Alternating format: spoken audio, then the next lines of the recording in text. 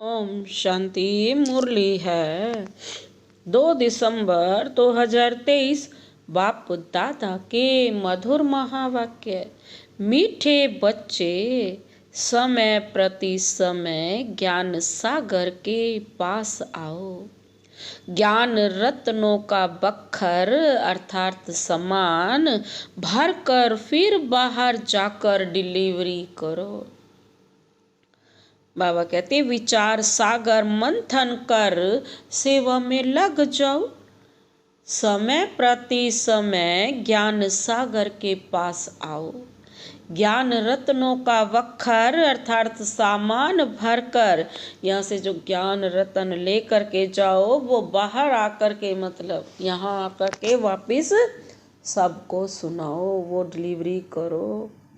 विचार सागर मंथन कर सेवा में लग जाओ। आज का प्रश्न है, सबसे अच्छा पुरुषार्थ कौन सा है? बाप को कौन से बच्चे प्यारे लगते हैं?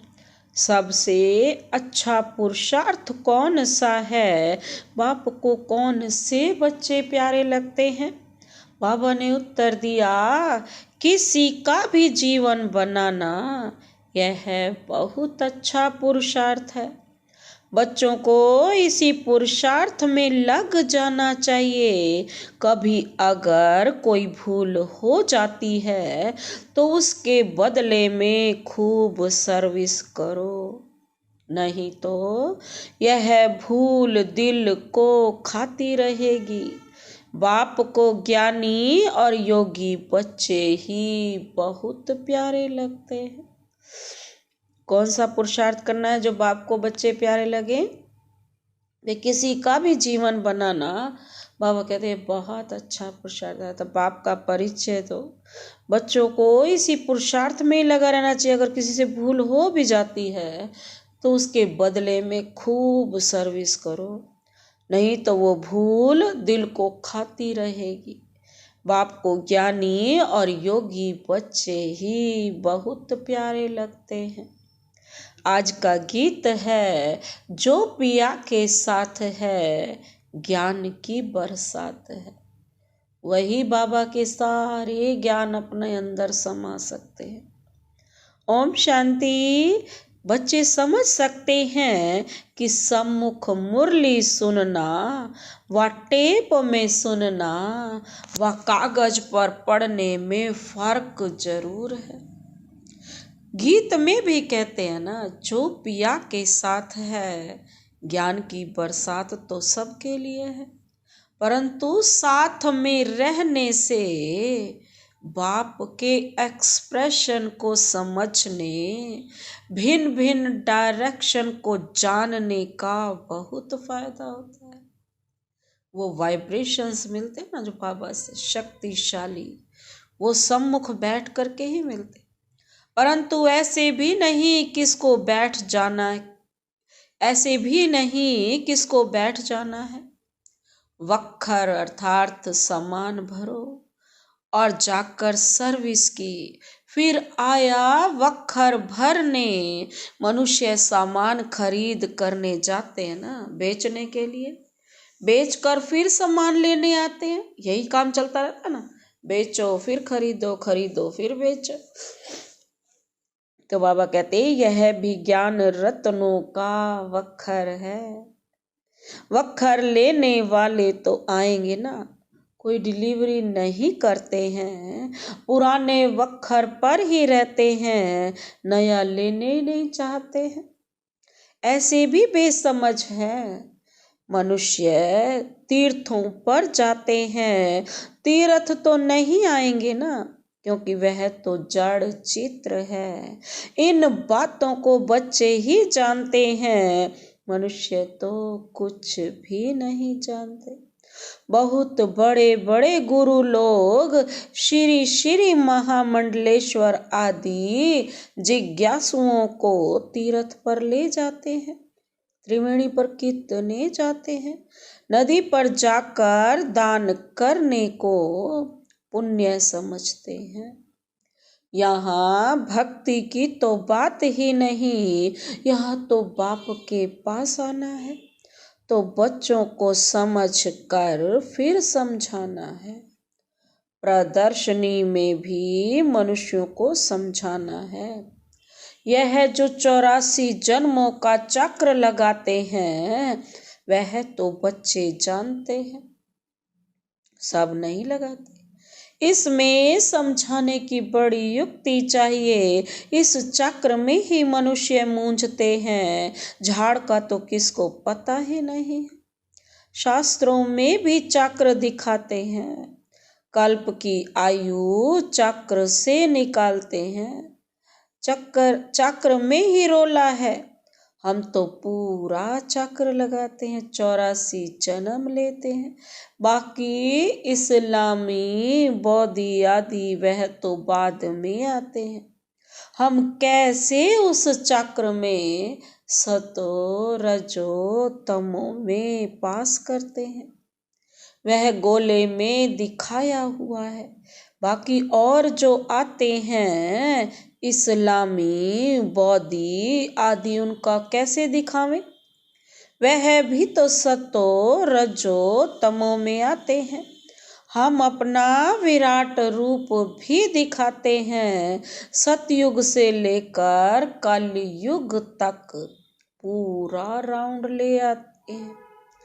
चोटी है ब्राह्मणों की, फिर मुख को सतयुग में, बाहों को त्रेता में। मुख कहाँ ले जाते हैं? सतयुग में। और बाहें कहाँ ले आते हैं? त्रेता में। और पेट द्वापर में, और टांगे कलयुग में। टांगों को लास्ट में खड़ा करें, अपना तो विराट रूप दिखाएं। बाकी अन्य धर्म वालों को कैसे दिखाएं, उसे भी शुरू करें। तो पहले सतो प्रधान, फिर सतो रजो तमो। तो इसमें सिद्ध हो जाएगा कि कभी भी कोई निर्वाण में नहीं गया है। उनको तो इस चक्र में आना ही है। हर एक को सतो रजो तमो में आना ही है। इब्राहिम, बुद्ध, क्राइस्ट आदि भी तो मनुष्य थे। रात में बाबा को बहुत ख्याल चलता है, ख्यालात में फिर नींद का नशा उड़ जाता है, नींद फिट जाती है। समझाने की बड़ी अच्छी युक्ति चाहिए। उनका भी विराट रूप बनाना पड़े, उनका भी पैर पिछाड़ी में ले जाएं, फिर लिखत में समझाएं। बच्चों को समझाना है, क्राइस्ट जब आते हैं उनको भी सतो रजो तमो से पास करना पड़ता है।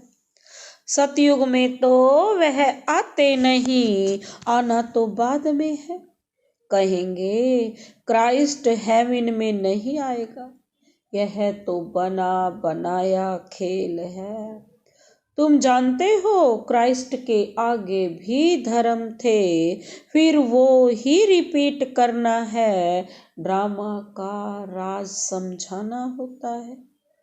पहले पहले तो बाप का परिचय देना है। बाप से कैसे सेकंड में वर्षा मिलता है। गाया भी हुआ है, सेकंड में जीवन मुक्ति। देखो बाबा के कितने ख्यालात चलते हैं। बाबा का पार्ट है विचार सागर मंथन का, God fatherly birth right, now और नेवर। अक्षर लिखा हुआ है, जीवन मुक्ति अक्षर लिखना है। लिखत क्लियर होगी तो समझाने में सहज होगा।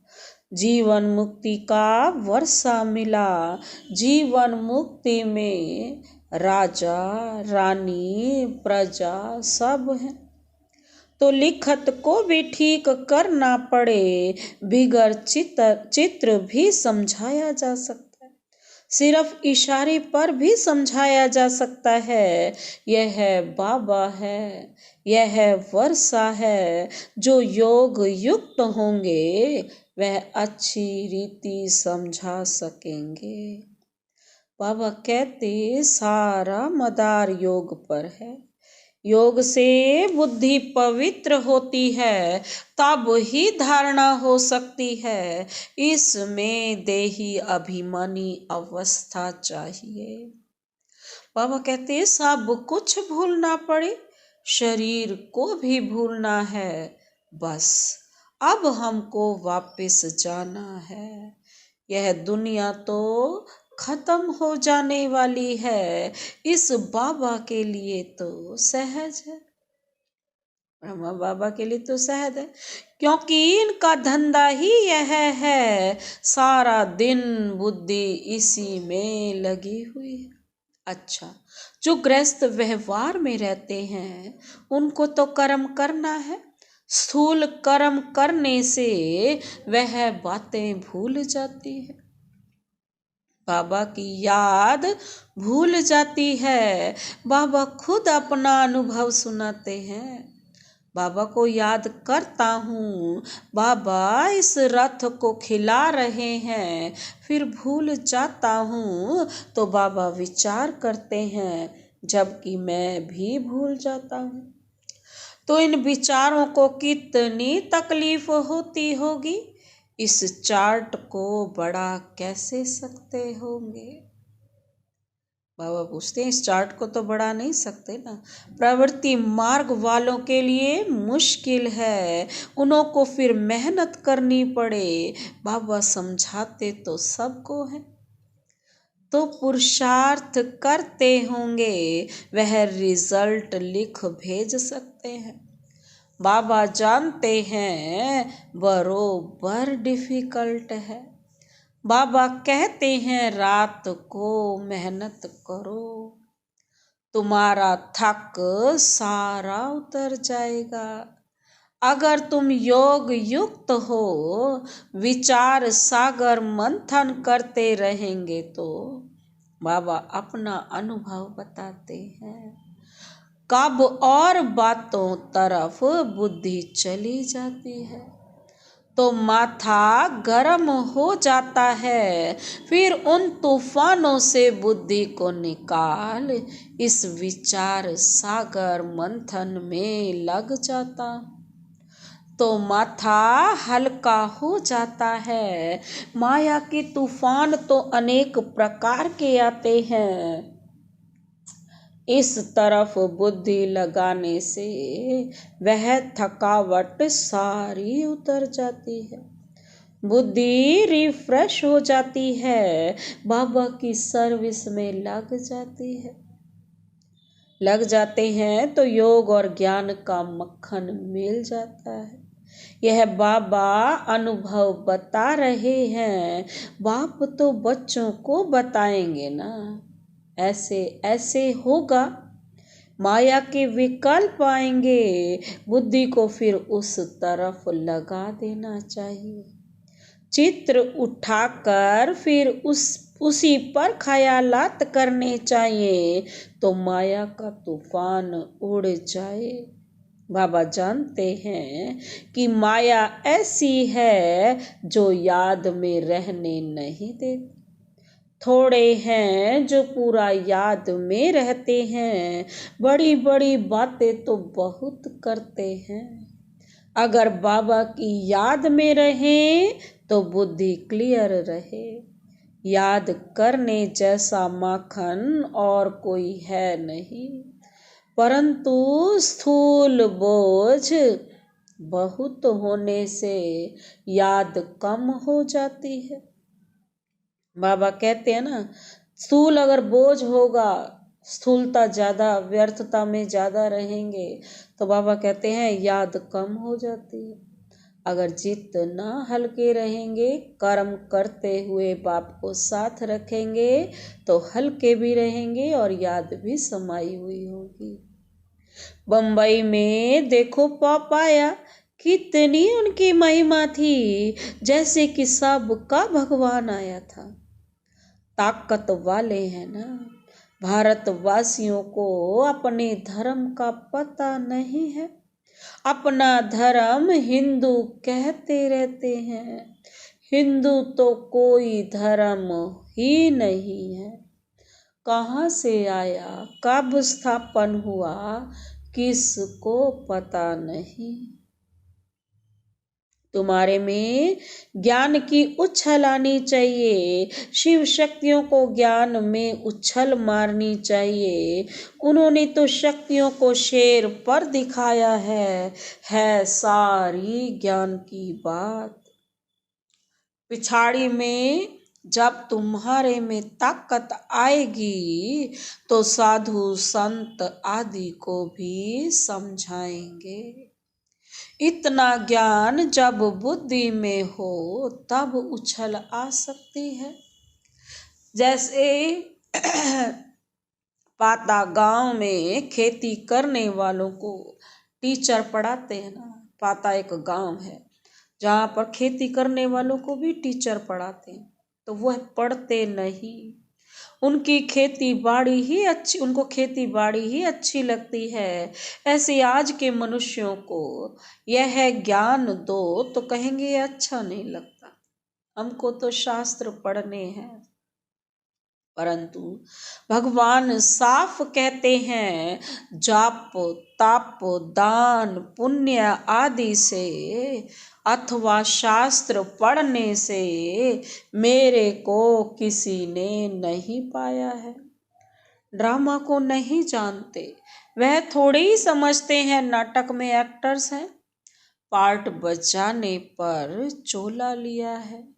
यह है ही कांटों का जंगल। एक दूसरे को कांटा लगाते, लूटते मारते रहते हैं। सूरत भल मनुष्य की है परंतु सीरत बंदर जैसी है। बाप बैठ बच्चों को समझाते हैं, कोई नया सुने तो गरम हो जाए। बच्चे थोड़े ही गरम होंगे। बाप कहते हैं, मैं बच्चों को ही समझाता हूँ।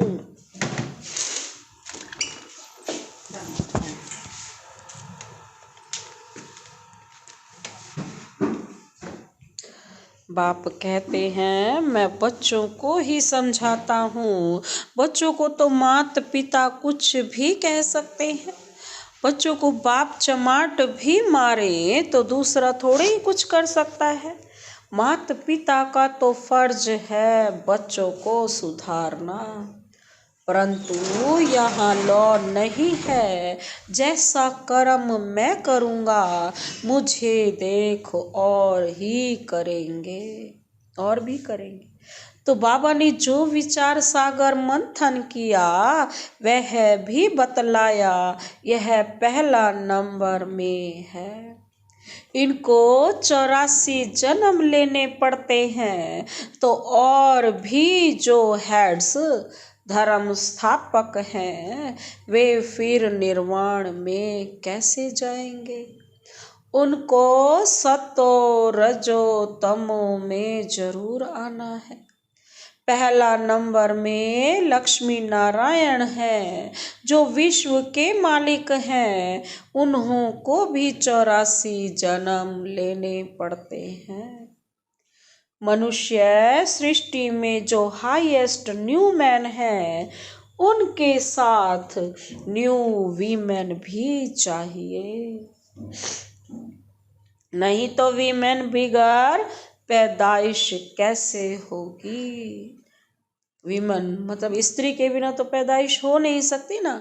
सतयुग में न्यू मैन है, यह है लक्ष्मी नारायण। ओल्ड से ही न्यू होते हैं, यह तो ऑल राउंड पार्ट वाले हैं। बाकी भी सब सतों से तमों में आते हैं, ओल्ड बनते हैं फिर ओल्ड से न्यू हो जाते हैं। जैसे क्राइस्ट पहले न्यू आया फिर ओल्ड बन कर गया, फिर न्यू होकर आएगा अपने टाइम पर। यह बात बड़ी समझने की है।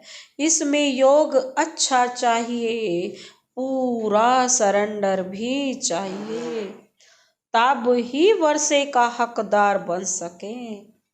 बाबा कहते सरेंडर होगा तो फिर बाबा डायरेक्शन भी दे सकेंगे कि ऐसे ऐसे करो। कोई सरेंडर है फिर कहता हूँ कि व्यवहार में भी रहो तो बुद्धि का मालूम पड़े। व्यवहार में रहते हुए ज्ञान उठाओ, पास हो कर दिखाओ, गृहस्थ में नहीं जाना। ब्रह्मचारी होकर रहना तो अच्छा है। बाबा हर एक का हिसाब भी पूछते हैं। मम्मा बाबा की पालना ली है तो फिर कर्ज भी उतारना है तो बल मिलेगा, नहीं तो बाप भी कहेगा कि हमने इतनी मेहनत कर पालना की और हमको छोड़ दिया। हर एक की रग देखनी पड़ती है, फिर डायरेक्शन दिए जाते हैं। समझो, इनसे भूल हो जाती है तो बाप उनको अभूल कराए ठीक कर देते हैं। यह भी कदम कदम श्रीमत पर चलते रहते। कब नुकसान हो जाता है तो समझते हैं ड्रामा में था। आगे फिर ऐसी बातें होनी नहीं चाहिए। भूल तो अपने दिल को खाती है, भूल की है तो उसकी एवज में फिर बहुत सर्विस में लगना चाहिए। बाबा कहती है पुरुषार्थ बहुत करना चाहिए, कोई का जीवन बनाना है। बाबा कहते यह है पुरुषार्थ। बाबा कहते हैं मुझे योगी और ज्ञानी सबसे प्यारा है।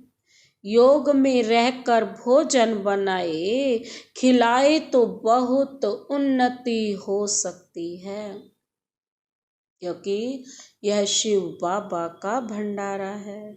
तो शिव बाबा के बच्चे जरूर ऐसे योग युक्त होंगे। धीरे धीरे अवस्था ऊंच होती है, टाइम जरूर लगता है। हर एक का कर्म बंधन अपना अपना है। कन्याओं पर तो कोई बोझ नहीं, बाबा कह रहे हैं।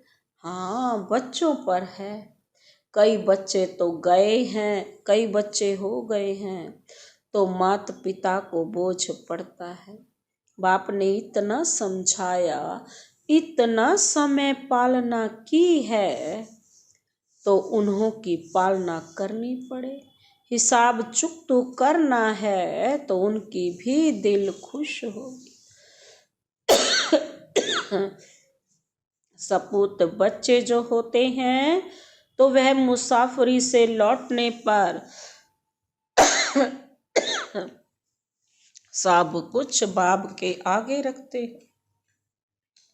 कर्जा उतारना है ना, बहुत समझने की बातें हैं। ऊंच पद पाने वाले ही शेर माफिक उछलते रहेंगे। अच्छा, मीठे मीठे सिकिल दे बच्चों प्रति मात पिता बाप दादा का याद प्यार और गुड मॉर्निंग। रूहानी बाप की रूहानी बच्चों को नमस्ते। हम रूहानी बच्चों की रूहानी बाप दादा को नमस्ते नमस्ते, गुड मॉर्निंग। शुक्रिया बाबा, शुक्रिया। धारणा के लिए मुख्य सार है। पहला पॉइंट है योग में रहकर भोजन बनाना है। योग में ही रहकर भोजन खाना और खिलाना है। योग में रहकर भोजन बनाना है, योग में ही रहकर भोजन खाना और खिलाना है। दूसरा पॉइंट है, बाबा ने जो समझाया है उस पर अच्छी रीति विचार सागर मंथन कर योग युक्त हो, औरों को भी समझाना है। बाबा ने जो समझाया है उस पर अच्छी रीति विचार सागर मंथन कर योग युक्त हो, औरों को भी समझाना है।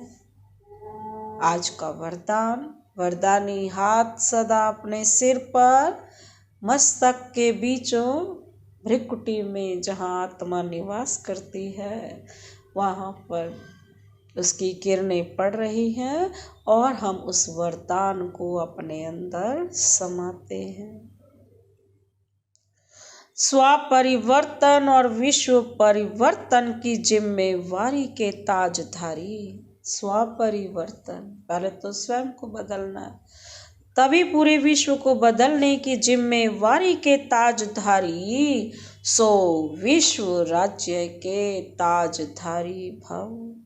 स्व परिवर्तन और विश्व परिवर्तन की जिम्मेवारी के ताजधारी सो विश्व राज्य के ताजधारी भव। जैसे बाप के ऊपर, प्राप्ति के ऊपर हर एक अपना अधिकार समझते हो, जैसे बाप के ऊपर, प्राप्ति के ऊपर हर एक अपना अधिकार समझते हो, ऐसे स्व परिवर्तन और विश्व परिवर्तन दोनों के जिम्मेवारी के ताजधारी बनो, तब विश्व राज्य के ताज अधिकारी बनेंगे। वर्तमान ही भविष्य का आधार है।